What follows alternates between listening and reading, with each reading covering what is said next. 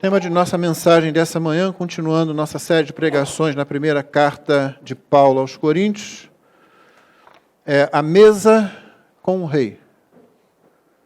A mesa com o rei, privilégios e riscos. O texto se encontra em 1 Coríntios, capítulo 11, do verso 17 ao 34.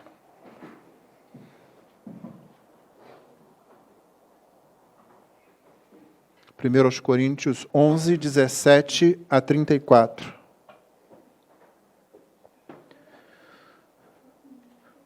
Diz assim a palavra do Senhor. Mas nisto que agora prescrevo, não posso elogiá-los, porque vocês se reúnem não para melhor, e sim para pior. Porque antes de tudo estou informado de que quando se reúnem na igreja, existem divisões entre vocês. E eu, em parte, acredito que isso é verdade. E é até necessário que haja partidos entre vocês, para que também os aprovados se tornem conhecidos entre vocês. Quando, pois, se reúnem no mesmo lugar, não é a ceia do Senhor que vocês comem. Porque quando comem, cada um toma antecipadamente sua própria ceia, e enquanto um fica com fome, outro fica embriagado. Será que vocês não têm casas onde possam comer e beber? Ou menosprezam a igreja de Deus e envergonham os que nada têm? Que posso dizer a vocês? Devo elogiá-los? Nisto, certamente não posso elogiá-los. Porque eu recebi do Senhor o que também lhes entreguei, que o Senhor Jesus, na noite em que foi traído, pegou um pão, e tendo dado graças, o partiu e disse: isto é o meu corpo que é dado por vocês, façam isto em memória de mim. Do mesmo modo, depois da ceia, pegou também o cálice, dizendo: este cálice é a nova aliança no meu sangue. Façam isto todas as vezes que beberem, em memória de mim. Porque todas as vezes que comerem este pão e beberem o cálice, vocês anunciam a morte do Senhor até que ele venha. Por isso, aquele que comer o pão ou beber o cálice do Senhor indignamente, será réu do corpo e do sangue do Senhor. Que cada um examine a si mesmo, e assim coma do pão e beba do cálice. Pois quem come e bebe sem discernir o corpo, come e bebe juízo para si. É por isso que há entre vocês muitos fracos e doentes, e não poucos que dormem.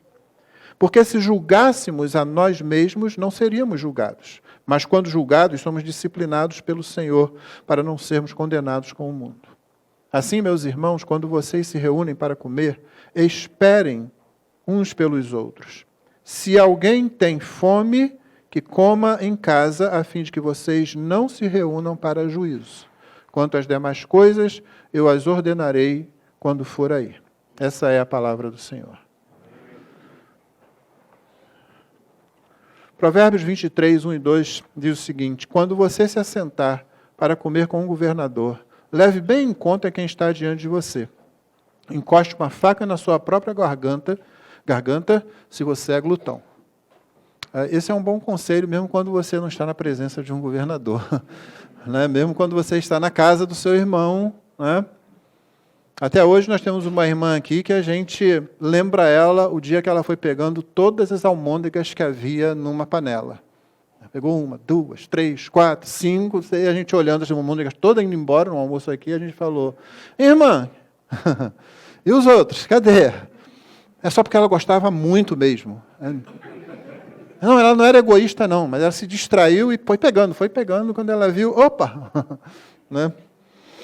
Então esse é sempre um bom conselho, né? Leve bem em conta quem está diante de você. Os irmãos já me ouviram dizer aqui que a corte de um rei é um dos mais gloriosos lugares que você pode estar. Se você faz parte daquele grupo que frequenta a corte. Também é um dos mais perigosos lugares onde você pode estar. Porque a corte de um rei, de um imperador, ela sempre passou a ideia da glória daquele imperador. É por isso que o copeiro Neemias não podia estar triste. Estar triste ali não era só ganhar um dia em casa para descansar, não.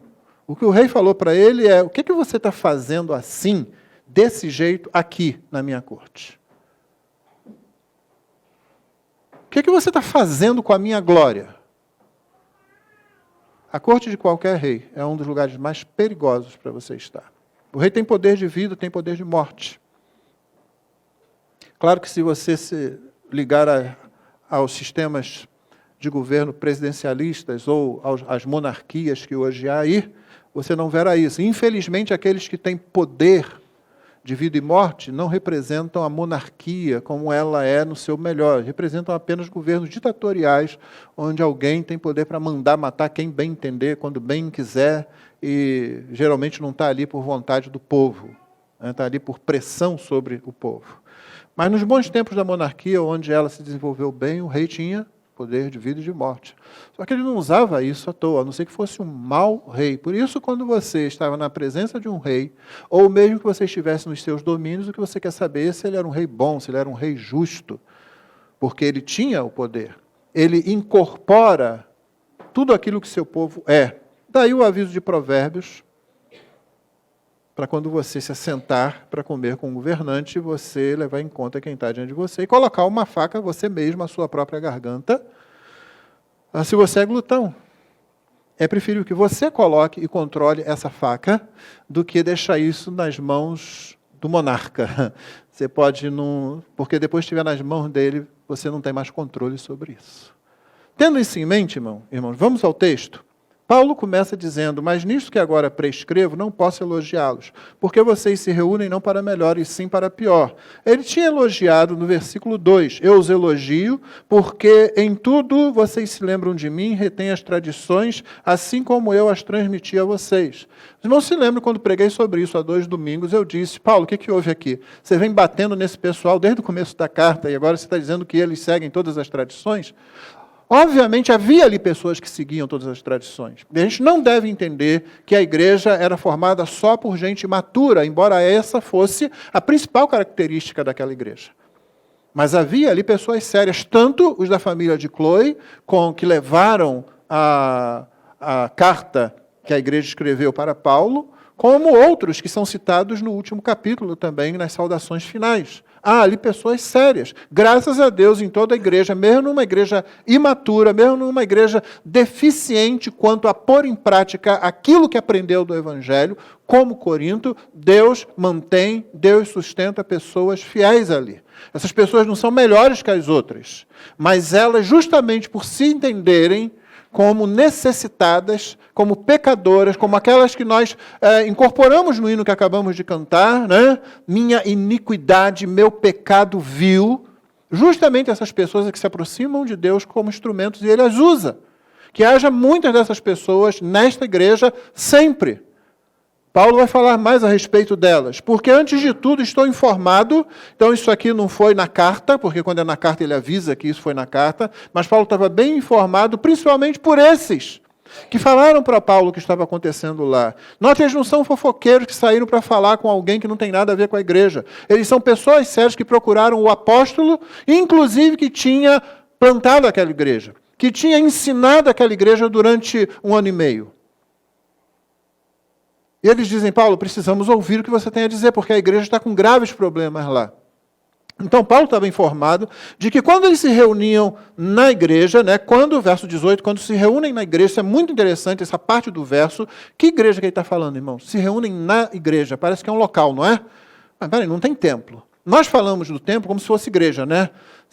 Vamos nos encontrar lá na igreja. Aí você vem aqui num dia de semana encontrar alguém. Onde vai ser o ensaio? Na igreja. Aí você vem para cá, para o templo, num sábado, onde não tem mais ninguém, a não ser o pessoal que vai ensaiar.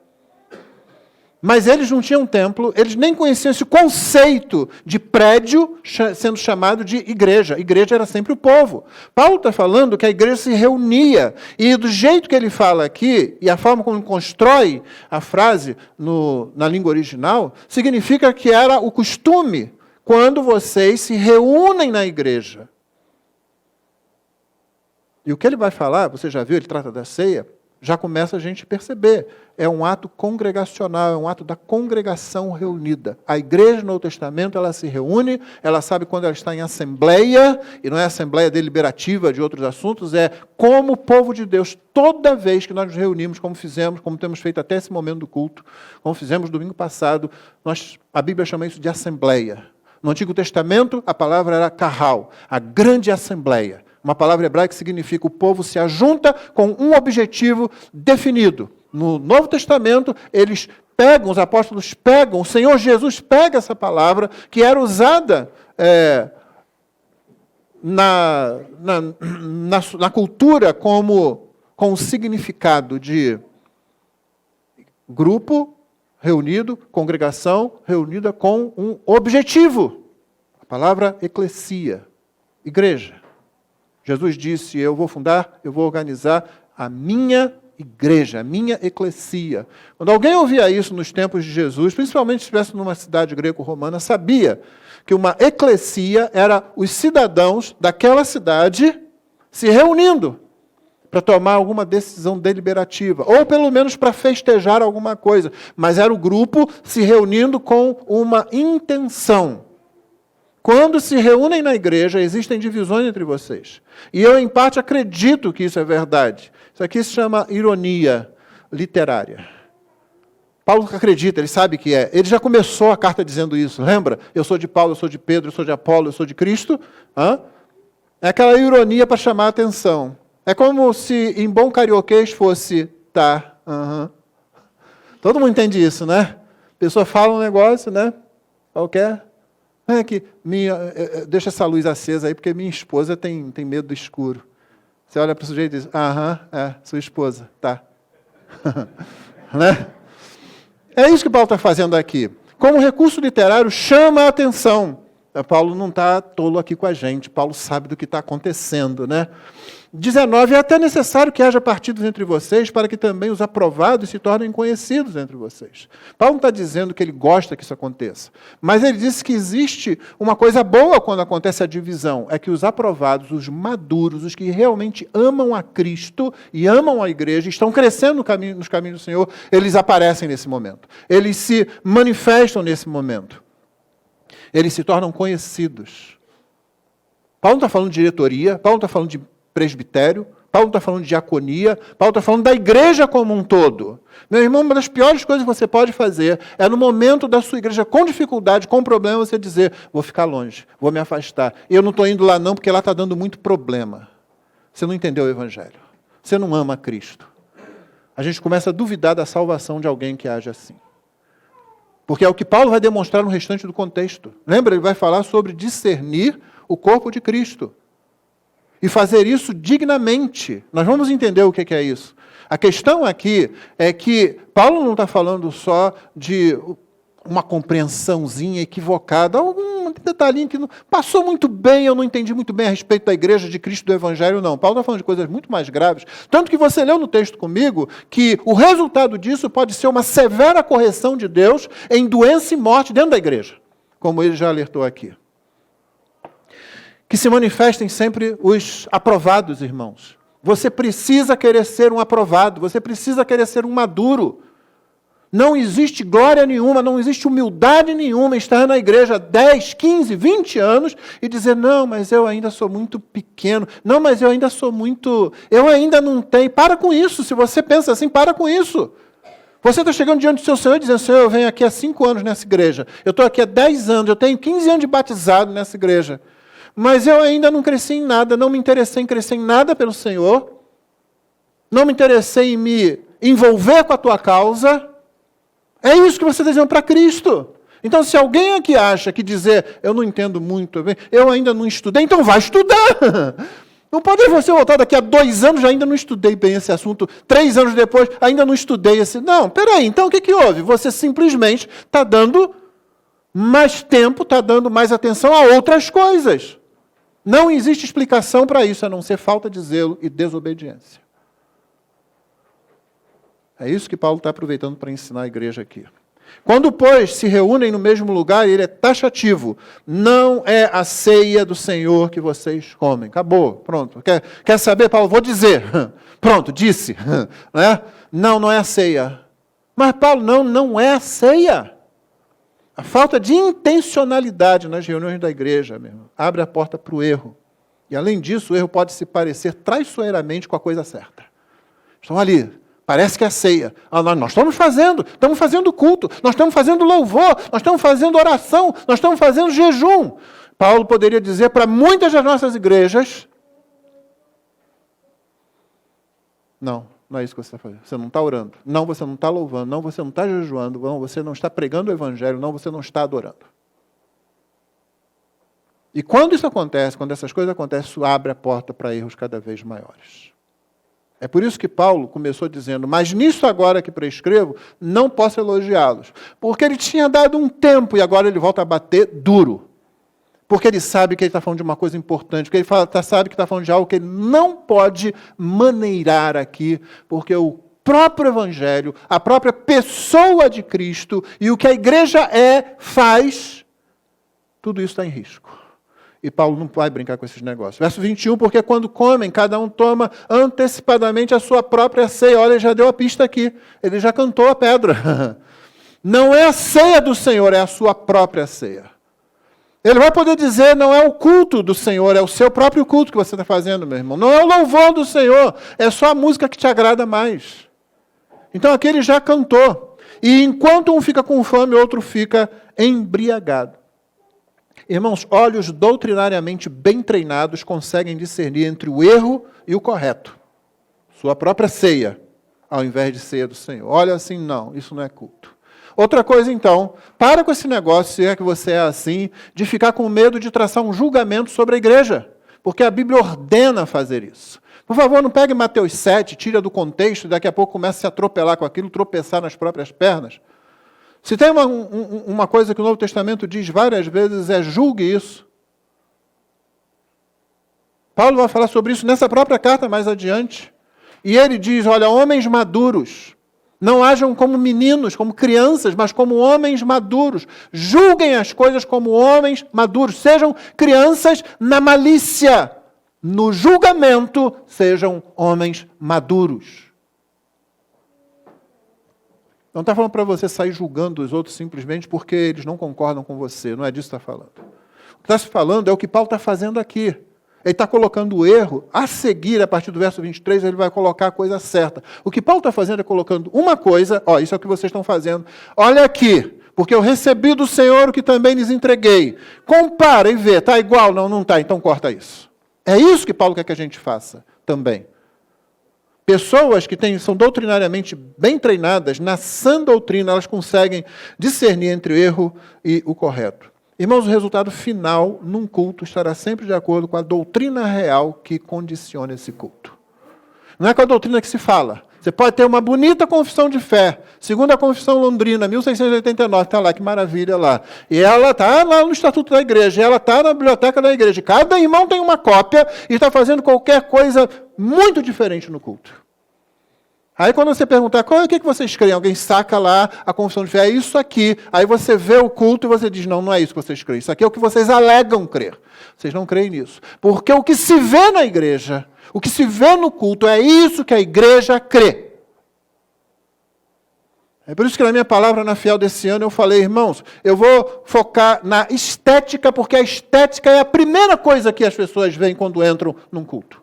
Elas entram por ali, elas não veem nossa confissão de fé, elas não veem a declaração doutrinária, elas não veem os estudos de escola dominical que a gente já fez, elas veem o culto, elas veem essa estética aqui. Se ela entra aqui, o que ela vê? O que as pessoas viam em Corinto? O que ela vê? Se ela entra nessa igreja e vê o culto como tem sido até agora, ela vê um culto centralizado em Cristo. Ela vê músicas que exaltam Cristo, que exaltam Deus Trino. Ela vê uma mensagem que é tirada da Bíblia e que é a exposição da Bíblia. Ela não vê apresentação, ela não vê show. Essas paredes nunca vão ser pretas. Não se depender de mim. E eu espero que não seja só eu. Eu quero crer que aqui então tem muita gente que diz, não, deixa a parede branquinha assim, porque reflete melhor a luz. E o que a gente quer? Que o foco esteja na congregação. Não há um show a ser apresentado aqui. Há um culto sendo prestado aqui. E quem presta o culto não é quem está aqui, é todo mundo. Por isso, a estética é importante. O resultado final num culto estará sempre de acordo com a doutrina real que condiciona esse culto. Você quer saber o que uma igreja crê? Não adianta ler os documentos dela. Nem sempre isso vai expressar a verdade. Olha como ela cultua. Verso 22. Será que vocês não têm casas onde podem comer e beber, ou menosprezam a igreja de Deus e envergonham os que nada têm? Que posso dizer a vocês, devo elogiá-los? Nisso certamente não posso elogiá-los. Ele termina esse parágrafo do mesmo jeito que ele começou, falando de elogio, dizendo, olha, viu por que eu não posso? Eu falei que eu não podia, e agora está aqui. O que vocês vão dizer? Qualquer pessoa coerente em Corinto ia dizer, não pode mesmo não, a gente está pisando na bola. Irmãos, vocês não têm casa onde comer? Paulo está querendo dizer o seguinte, a igreja não é extensão da minha casa, da minha vontade, das minhas preferências. É por isso que eu sou muito zeloso com esse negócio de usar qualquer coisa da igreja, qualquer momento da igreja, ou própria igreja, como um instrumento sequestrado. Eu já disse para os irmãos várias vezes, eu tenho muito mais respeito, eu paro para ouvir o sujeito que pega lá o saxofone dele, pega o violãozinho dele, para em frente ali a saída do metrô da Carioca, aqui no centro do Rio, né, e está tocando lá, vendo se alguém dá valor àquilo, e aí alguns dão valor. Eu já parei em lugares assim que eu fiquei ouvindo a pessoa se apresentando no meio da rua, fui lá e botei uma boa oferta para aquela pessoa, eu disse, o show vale a pena. Esse cara se preparou, esse cara se esforçou, e ele botou aqui, olha, se você gostar, você me dá alguma coisa aí. E eu dava com alegria mesmo. Eu procurava, gente, não, eu tenho que ter, eu vou pegar e vou botar lá. O que é o sequestro da igreja? É quando vem um bando de picareta aqui para frente, aí começa a tocar alguma coisa e dizer, nós somos levitas. E você tem que ouvir o que eu estou tocando, porque é o Senhor que está fazendo. A igreja fica sequestrada lá. E às vezes um pastor banana deixa isso acontecer. Deixa isso acontecer. Passa a ser um show. A igreja parada só é o auditório, o próximo passo é pintar de preto e iluminar só aqui na frente. A igreja não é extensão da minha casa, da minha vontade ou das minhas preferências. Ela não é nada disso. E Paulo aí aponta dois graves erros, duas graves acusações. Eles menosprezam a igreja de Deus, eles envergonham os que nada têm. São duas graves acusações e esse é o resultado que você pode esperar quando Cristo deixa de ser a origem, o centro e o fim do culto. Se Cristo não é a origem, não é o meio, não é o final do culto, o que vai acontecer é isso. Você vai desprezar Deus, você vai desprezar os que você julgar de qualquer forma inferiores a você. 23, Paulo começa então a nova sessão. Porque os versos 23 a 26 apresentam a base doutrinária para a ceia do Senhor, junto com alguns textos de instituição delas nos evangelhos. Porque eu recebi do Senhor, não é de Paulo, ou de quem quer que seja, é do Senhor. Paulo está deixando isso bem claro, não estou inventando aqui para vocês. Eu recebi do Senhor o que também lhes entreguei. Que o Senhor Jesus, na noite em que foi traído, pegou um pão. Geralmente essas refeições eram feitas mesmo à noite. E ele continua, tendo dado graça, partiu e disse, é o meu corpo que é dado por vocês, façam isso em memória de mim. Do mesmo modo, depois da ceia, também tomou o cálice, dizendo, este cálice é o novo cálice, é a nova aliança no meu sangue, façam isso todas as vezes que o beberem em memória de mim. Porque todas as vezes que comerem este pão e beberem o cálice, vocês anunciam a morte do Senhor, até que Ele venha. Ele quer dizer com tudo isso? Anunciam o Evangelho. Quando nós tomamos o cálice, quando nós comemos do pão, o que nós estamos fazendo é aquilo que a gente faz sempre na igreja, nós anunciamos o Evangelho. Jesus está fazendo referência à morte dele. Jesus está fazendo referência ao derramar do sangue. Derramar sangue, a linguagem no Antigo Testamento sempre significou morte. Quando o Apocalipse diz eles venceram pela fé ou por causa do sangue de Jesus, não quer dizer que eles pegaram o sangue e ficaram aspergindo lá. Eles não usaram como um fetiche, como se o cristianismo fosse uma fé fetichista. Não. Quer dizer que por causa de Cristo ter morrido, nós vencemos os inimigos de Deus e os inimigos do seu povo. Ou seja, o Evangelho. O que viam as pessoas que estavam presentes no culto? Elas viam o Evangelho lá em Corinto? Não, elas não viam. A ceia é a palavra de Deus visível, tocada, provada. Mas se não é a ceia que está acontecendo, como Paulo já disse, e por extensão o culto não está acontecendo, a ceia é aquilo que, no momento, ela reúne tudo que um culto evangélico significa, irmãos. A ceia concentra, condensa tudo que um culto evangélico significa. O centro não é você, o centro é o pão, o vinho, a mesa, Cristo. Isso tem significado, não é uma refeição de alegria, simplesmente, mas significa morte. Pão partido, vinho que foi derramado, Ainda que do odre para o cálice, da garrafa para o cálicezinho, para o copinho. O simbolismo foi derramado, não está mais na sua origem. Mas ela também significa alegria, porque você come do pão, você não pega e joga fora, você bebe do vinho, que sim, pode ser símbolo de juízo no Antigo Testamento, mas não é só isso, também é símbolo de alegria.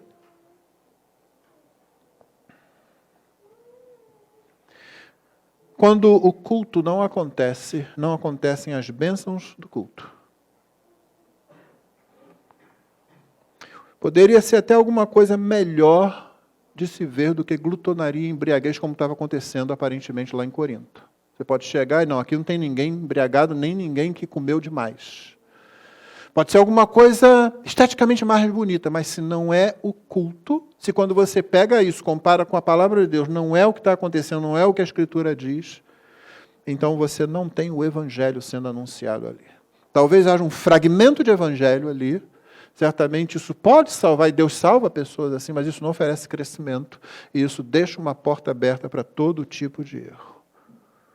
E assim, isso ainda traria o juízo de Deus, como nós vamos ver adiante. Verso 27. Por isso, aquele que comer o pão, beber o cálice do Senhor indignamente será réu do corpo e do sangue do Senhor.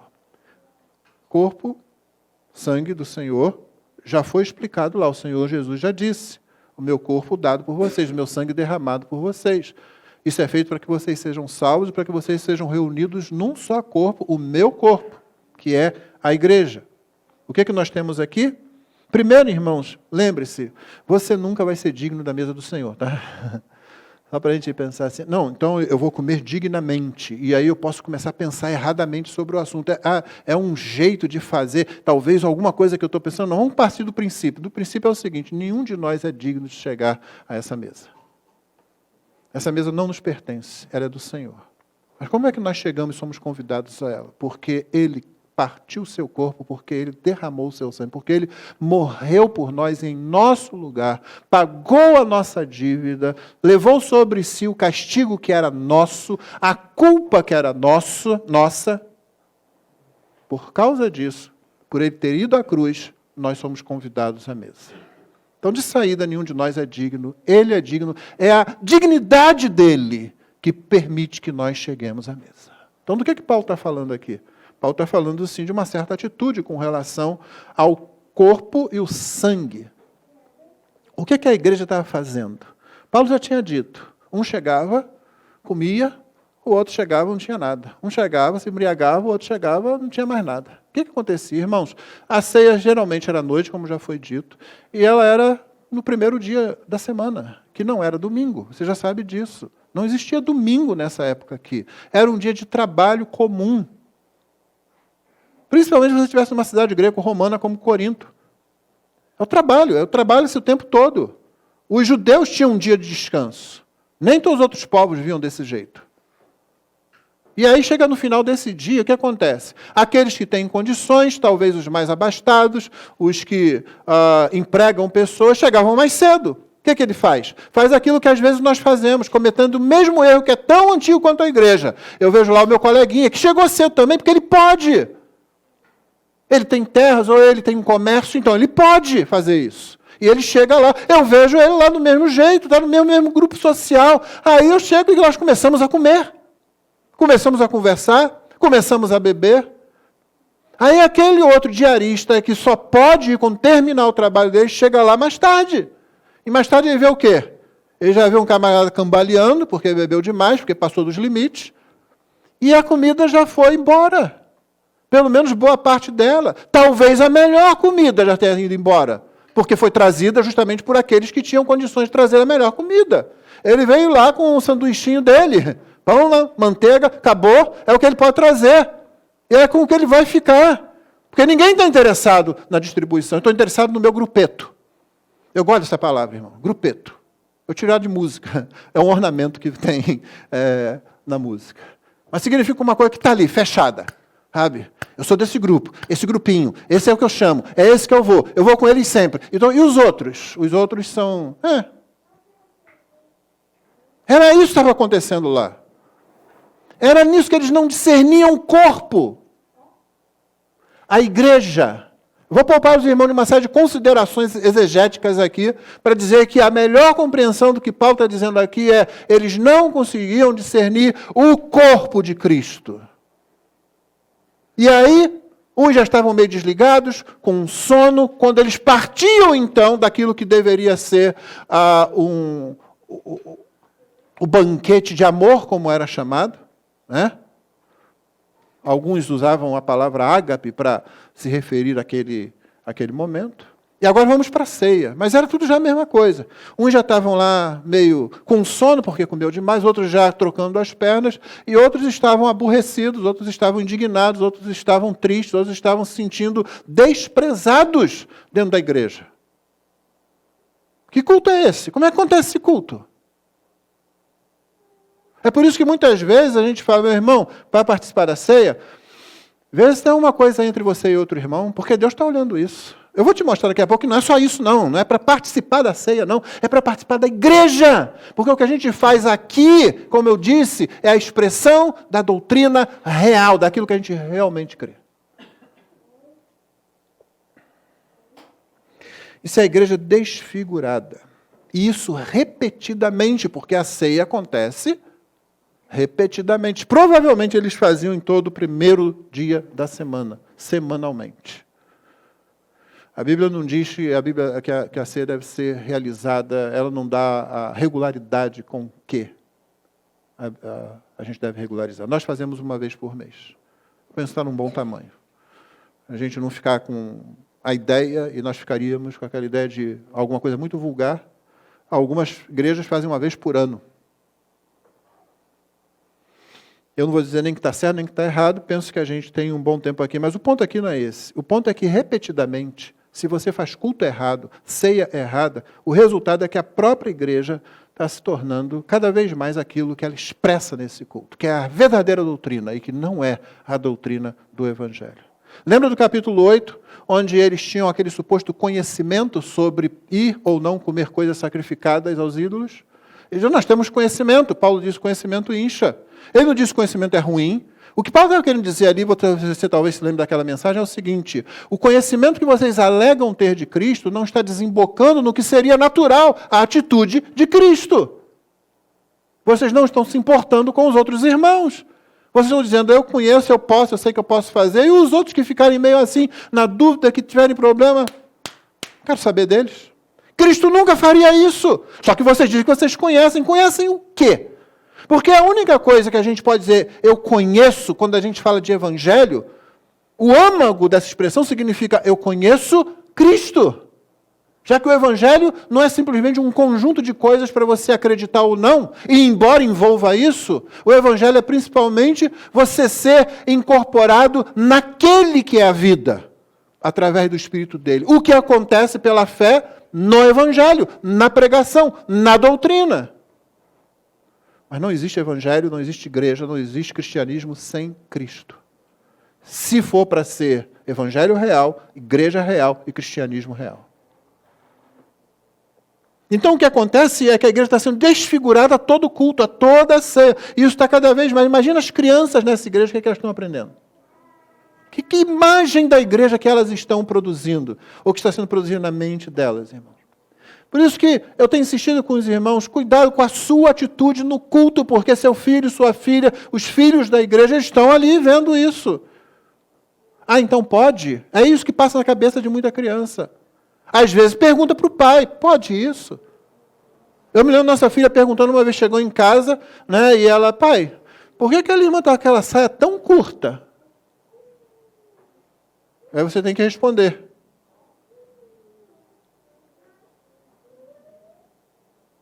que tipo de imagem do Evangelho, de Cristo, você está passando para os mais novos na fé? Acabaram de crer. Que tipo de imagem você está passando para aqueles que às vezes estão numa igreja que eles notaram: olha, isso não está muito certo, eu vou procurar uma igreja. Aí ele vem numa igreja batista, bíblica, reformada do Rio de Janeiro. Olha só, é muita areia, não é? Muita coisa, né? Aí chega lá e vê umas atitudes, parece que o pessoal liga muito, não, esse negócio. Nossa, chega tanta gente atrasada, se fosse importante mesmo, não chegava na hora. Não estou dizendo que essa atitude caracteriza a nossa igreja, graças a Deus não é. Mas vigia, irmão, porque a coisa mais fácil que tem é cair dessa posição. E nós não estamos nela por nossa causa, estamos nela por causa da graça.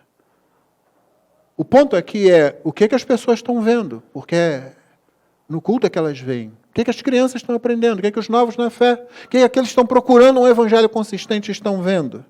Uma igreja desfigurada e repetidamente desfigurada. Que cada um examine a si mesmo, assim como a do pão e beba do cálice. Esse é o remédio recorrente. Essa palavra significa repetidamente, não é?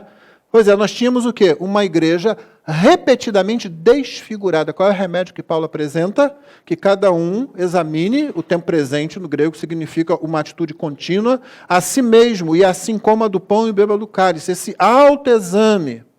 Essa prática do autoexame nas Escrituras ela é constantemente recomendada. O Salmo 139, para citar apenas 2 textos, diz: sonda-me, ó Deus, conhece o meu coração, prova-me, conhece os meus pensamentos, vê se há em mim algum caminho mau, guia-me pelo caminho eterno. O salmista, Davi, o que ele quer? Ele está preocupado, ele não fica, não, eu já sou bom o suficiente. Ele sabia que ele não era. Então ele vai a Deus novamente. Senhor, sonda-me. Eu não sou bom nem para fazer isso sozinho, Senhor. Então o Senhor me sonda.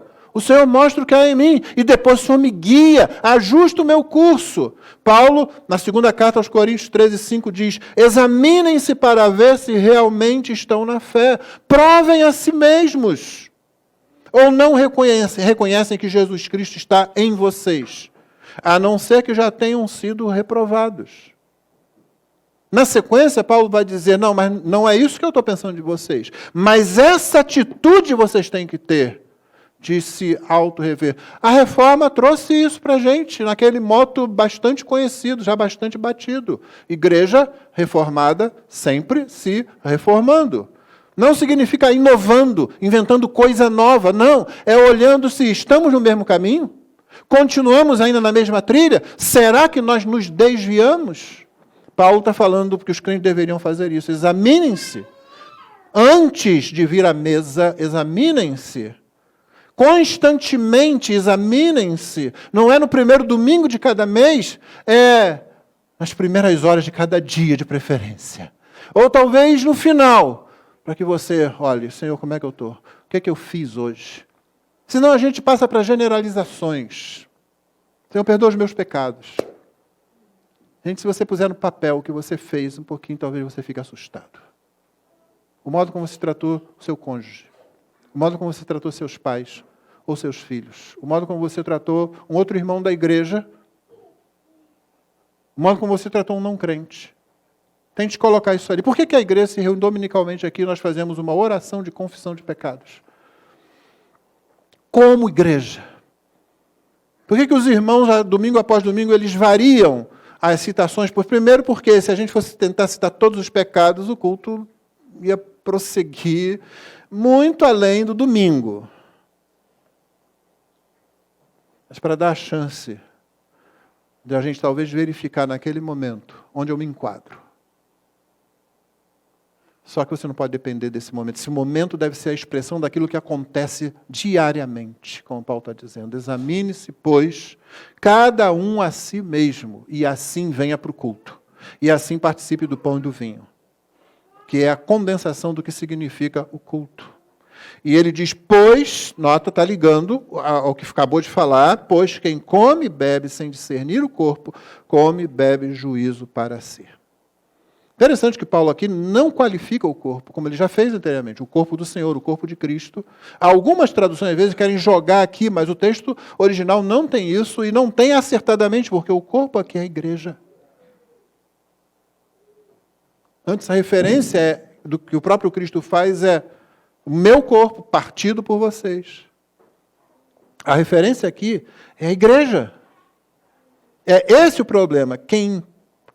Pois quem come e bebe sem discernir o corpo, come e bebe juízo para si. Indignamente era aquilo que eles estavam fazendo. Indignamente é quando a gente não consegue discernir o corpo. A gente não consegue perceber, somos membros uns dos outros. Eu tenho responsabilidades. Cristo deu autoridade à assembleia reunida no culto para pregar o evangelho. No culto para orar ao Senhor e interceder pela nação, pelo mundo, pela evangelização mundial, por outras igrejas, por outras situações. Quando a igreja se reúne, não é? É isso que significa onde estiverem 2 ou 3. Jesus não está falando que reunião de oração com pouca gente funciona. Eu cansei de ver isso quando eu era adolescente. Chegava na igreja lá, só tinha mais meia dúzia de 4, né? Depois explica para a criança o que é meia dúzia de 4, senão ela vai ficar, meia dúzia de 4? O pastor não sabe contar? Meia dúzia de 4 lá. Aí saía alguém com esse texto. Sacava, né? Pronto. Olha, onde tiver 2 ou 3. É a mesma expressão que Jesus usa quando ele fala sobre dar autoridade à igreja. Em Mateus 18, por exemplo.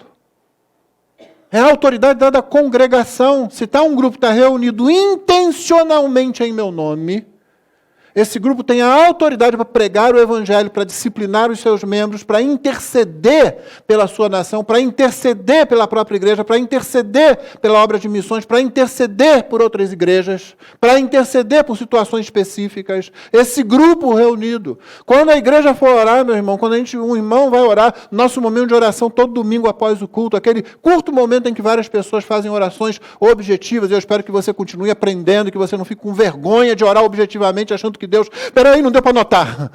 Deus não precisa disso. Quando a igreja faz aquilo, irmão, não é oração individual.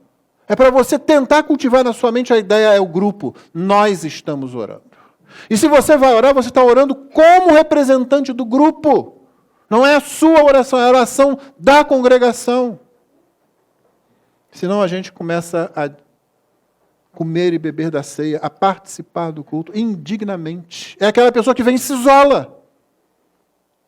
Eu cansei de ouvir isso desde antes de ser pastor. Não, eu vou na igreja, presto o meu culto, vem embora. Não entendeu nada, não entendeu Cristo, não está discernindo o corpo do Senhor. Pode ter uma grande surpresa no último dia. A ceia não é mais ceia, o culto não é mais culto, a igreja não é mais igreja, o evangelho não é mais evangelho, Cristo não é mais Cristo. É esse o grande problema. Paulo, portanto, diz, é por isso que há entre vocês muitos fracos e doentes e não poucos que dormem. Agora, isso é duro. Paulo estava fazendo o que aqui? A maioria dos comentaristas, eu concordo com eles, diz, Paulo estava aqui fazendo um legítimo ato profético. Capacidade profética, ele está dizendo, ele está ligando uma coisa à outra. Paulo não está dizendo que toda doença na igreja é resultado disso. Paulo não está dizendo que toda morte na igreja é resultado disso. Especificamente em Corinto, Paulo parece ver, porque ele não está lá, e ele faz essa ligação e ele registra isso. Se ele registra isso, ele não está lá, e ele não vai fazer isso por dedução do que estão dizendo. O que estava acontecendo, Paulo, tem muita gente doente, tem várias pessoas morrendo. Olha a expressão que ele usa. Há muitos fracos e doentes e não poucos que dormem. Um eufemismo para morte. Por causa disso, por causa de quê? Começo do versículo. É por isso. Se você quiser que ligue mais, reveja o verso 29, a primeira palavra. Pois, o que ele vinha falando antes, a forma indigna de perceber o corpo, a igreja, Paulo está dizendo, olha, está comendo, bebendo juízo para si. E aí ele está dizendo, é por isso. Imagina se você fosse lá da igreja de Corinto, recebe essa carta. Muita gente doente, tem gente morrendo. Paulo diz, é por isso que há entre vocês muitos fracos e doentes e não poucos que dormem. É um ato profético. É um caso em Corinto, mas é um aviso sério. Irmãos, não existem da parte de Cristo palavras inúteis. Eu lembro do Martin Lloyd Jones escrevendo que Cristo, nosso Senhor, nunca usou uma palavra sequer inutilmente. O aviso é sério. Quando uma igreja começa a se desviar, o Senhor começa a disciplinar a igreja. Você vai ver que isso ainda é bom. Pior é quando ele deixa entregue. Vamos embora, tá? É isso que vocês querem? Então vão. Façam o que vocês querem. Você já não tem mais uma igreja, você já não tem mais evangelho, você já não tem mais pessoas salvas. Pastor, mas não pode ter? Pode ter. Você vai arriscar nisso? Tem crente que vem com os argumentos mais tolos, né? Mas não pode ter, pastor? Alguém ali pode ter. Vamos fazer o seguinte, convidar você para comer uma pizza, daquelas boas, bonitas, hein, do seu sabor que você preferir, 8 pedaços ali, grandes ali. E eu ponho, olha, tá aí, pode pegar. Aí você vai pegar, eu digo, só tem um negócio. Um desses pedaços aí está com cianureto. Fique à vontade. Você prova? Não. Mas quando se trata de igreja, é exatamente o que a gente faz. É exatamente essa falta de zelo, essa falta de cuidado que a gente faz. Mas pastor, lá pode ter. Tem uns erros assim, mas não pode ter alguém salvo lá? Pode ter alguém salvo. E nós lutamos numa igreja como essa aqui, que a gente luta para pregar o Evangelho. A gente tem que ficar, às vezes, preocupado. A gente fica preocupado com certos irmãos, com certas irmãs, com algumas atitudes que você fica... Minha esposa ouve isso. Eu acho que ela é a única pessoa que ouve isso de mim. Eu estou preocupado com fulano. Essas atitudes, essa repetição de atitudes me deixa preocupado com a salvação dessa pessoa. Eu não estou preocupado se a pessoa vai me gerar problema no ministério. Eu não estou preocupado se a pessoa vai gerar algum problema nos trâmites da igreja. Eu estou preocupado se a pessoa vai ficar debaixo do juízo de Deus eternamente. Se numa igreja como essa, às vezes a gente tem preocupação desse tipo, você vai arriscar pegar uma igreja que acontecem as coisas mais mirabolantes, longe das Escrituras, mas que alguém lá falou que Jesus morreu pelos nossos pecados e tal. Tá certo. Não, pode ter alguém. Você vai para lá, você vai comer essa pizza.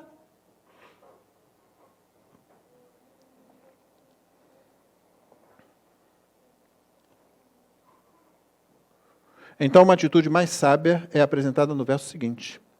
Porque Paulo está dizendo, olha, se julgássemos a nós mesmos, não seríamos julgados. É isso que ele está falando aqui. Evite o julgamento de Deus, no qual o mundo vai incorrer, julgando-se prévia e regularmente a si mesmo, antes de vir à mesa do rei. Lembra daquela faca posta à garganta? Coloca logo. Anda já com ela do lado aí. Regularmente, julgue-se a si mesmo, examine-se a si mesmo. Não espere Deus trazer a disciplina dele, não. Se você se julga, você aí não vai ser julgado, não vai necessitar da disciplina dele, que é o termo usado aqui. Mas quando julgados, ele ainda vai, somos disciplinados pelo Senhor para não sermos condenados com o mundo. Mesmo quando Deus disciplina, essa disciplina dura que estava acontecendo em Corinto, por exemplo, ainda é a misericórdia de Deus. Para que nós não sejamos unidos ao mundo no julgamento final. Ele diz, para não sermos condenados com o mundo. Somos disciplinados. Então, Paulo julgou, por que eu falei anteriormente, não seríamos julgados como disciplinados? Porque ele diz isso no verso 32. Mas quando julgados por Deus mesmo, somos disciplinados. Aqui as duas coisas estão em vista. Quando você se julga a si mesmo, quando você se examina, examine-se, pois, cada um a si mesmo. Quando você faz isso, então Deus está disciplinando você. Já ali, é a melhor disciplina. Quando é que começa a disciplina da igreja? Aquela que a igreja tem autoridade de fazer. Começa no púlpito. Começa quando o púlpito prega. E eu estou indo por um caminho errado. Eu estou me afastando, eu tenho que parar com isso. Aí, se você precisar de ajuda, você vai pedir ajuda. Se você consegue resolver, você pede perdão a Deus e você retoma a caminhada. E é por aí que vai. O primeiro ato de disciplina na igreja é a corretiva, como a gente chama, que é a pregação no púlpito. Antes de chegar naquele último ponto, que é a exclusão, que ainda é uma prova de amor, dizendo, olha, não confie que está tudo bem entre você e Deus, porque a igreja que tem autoridade, ela está dizendo, não está. A pior coisa é uma pessoa que está em pecado, está se afastando do Evangelho, e a igreja permite a permanência dela no seu hall de membros, como se estivesse tudo bem. Nós conhecíamos um irmão, era uma triste situação dele. Toda a ceia, não era só ele não, havia outros. Toda a ceia, o que ele fazia? Ele, dignamente, sabendo que era um pecador, ele se retirava. Ficava no culto, cantava no culto, participava do culto. Mas aí vinha a ceia. O entendimento errado do texto faz com que a pessoa, não, eu vou errar menos. Você não tem essa opção, tá, irmão? Você é ordenado a participar da ceia pelo Senhor Jesus. Você não decide, eu vou embora, não vou porque eu não estou... Hoje eu estou em pecado, eu fiz não sei o quê. Você já viu que não é essa a questão? A questão de discernir o corpo, que vai refletir se você está discernindo o Evangelho ou não. E isso é interessante porque aquele juízo de Deus não era um juízo sobre pessoas. Embora acontecesse com pessoas, assim como os dons, que vão começar a aparecer agora do capítulo 12 em diante, não é uma coisa individual. Dom não é coisa individual. O juízo, a disciplina de Deus sobre o seu povo também não é uma coisa individual, embora ocorra com indivíduos. É algo que atinge o corpo todo. É todo o corpo que está sendo disciplinado com essa situação. Então evite o julgamento de Deus. O mundo vai incorrer nesse julgamento. Examine-se a si mesmo. Faça isso regularmente, antes de vir a ceia ao culto. Zacarias Ursinos, no Catecismo de Heidelberg, pergunta 81. Quem deve vir à Santa Ceia? Ele responde, aqueles, olha só, vê se você se enquadra aí, aqueles que se aborrecem de si mesmos por causa dos seus pecados, mas confiam que estes lhes foram perdoados por amor de Cristo e que também as demais fraquezas são cobertas por seu sofrimento e sua morte. E que desejam cada vez mais fortalecer a fé, corrigir-se na vida. Aí tem outro grupo. Vê se você se identifica com esse. Mas os pecadores impenitentes e os hipócritas comem e bebem para a sua própria condenação. Eu acho que você não quer estar nesse segundo grupo. Verso 33, assim, meus irmãos, quando vocês se reúnem para comer, esperem uns pelos outros. Esperem, porque o culto e a igreja não pertencem a vocês. Não são nem instrumentos, nem eventos para vocês alcançarem seus próprios objetivos. E ele termina, se alguém tem fome, que coma em casa, a fim de que vocês não se reúnam para juízo. Quanto às demais coisas, eu as ordenarei quando for aí. Tudo que era necessário para nós, ele escreveu aqui. As outras coisas eram para Corinto. Talvez elas estejam na segunda carta, talvez não estejam todas, também não nos interessa, não nos fará falta. Até uma coisa que poderia ser boa, né? Porque não é bom quando a gente se reúne para comer, um churrasco, um almoço, aquele momento que a gente tem após o culto aqui, que aliás é bom a gente reviver, né, irmãos? Porque ele depende de você trazer alguma coisa. Então visita aquela cozinha ou a padaria aqui na esquina, pelo menos. E vem de noite, traz aquilo lá para a gente ficar ali, porque é bom, a gente conversa mais, a gente se conhece um pouco melhor, a gente tem chance de falar com outras pessoas, em outros momentos a gente não tem chance de falar. Só que a igreja de Corinto pegou aquilo, misturou com a ceia. Elas perderam suas identidades, é a Santa Ceia, Ursinos fala isso, porque é a ceia separada, não tem mais a ver com a outra coisa, tem a ver com o pacto, tem a ver com a aliança, tem a ver com o Novo Testamento no meu sangue. Termino com as seguintes aplicações. Primeiro, cuidemos do culto. É aqui que a doutrina se perde, a igreja desfigurada, irmãos, é no culto. É no culto. Você faz um negócio, a liderança faz um negócio que ouve o pessoal, aí começa a encher, pronto. Esse é o caminho. Está enchendo, o pessoal está gostando. O culto não é para você gostar, o culto não é para que eu goste dele, o culto é para que Deus goste dele. E Deus só gosta dele porque ele é oferecido na justiça de Cristo. Se não for isso, Deus não gosta dele, não importa quão brilhante, quão majestoso, quão litúrgico, quão espontâneo seja, não vai valer de nada para Deus. Então cuidemos do culto. Segundo, cuidemos de nós. Cada um deve examinar-se a si mesmo. O texto grego é duplamente redundante mesmo. É assim que está mesmo. Examinar-se a si mesmo. É isso. Paulo estava sendo sério. Examine-se, irmão. Examine-se porque você faz parte de uma congregação. Todos têm que fazer isso. Todos precisam examinar-se antes de vir à mesa do Senhor. Antes de vir ao culto. Recorrentemente. Terceiro, cuidemos da igreja. Então, cuidemos do culto, cuidemos de nós e cuidemos da igreja. Não estou me referindo ao culto, da igreja. O fracos e doentes, e não poucos que dormem, não é, como eu disse, disciplina sobre uma pessoa em particular, mas sobre o corpo. O mesmo corpo que não está sendo discernido como sendo de Cristo. É nosso dever tudo isso aqui. Não é dever do pastor sozinho, não é dever da liderança, cada membro da igreja precisa cuidar do culto, precisa cuidar de si mesmo, precisa cuidar da igreja, para que a gente não incorra no juízo de Deus e para que os benefícios de participação do culto e da ceia do Senhor, particularmente, se percebam na vida da congregação. Que o Senhor nos abençoe.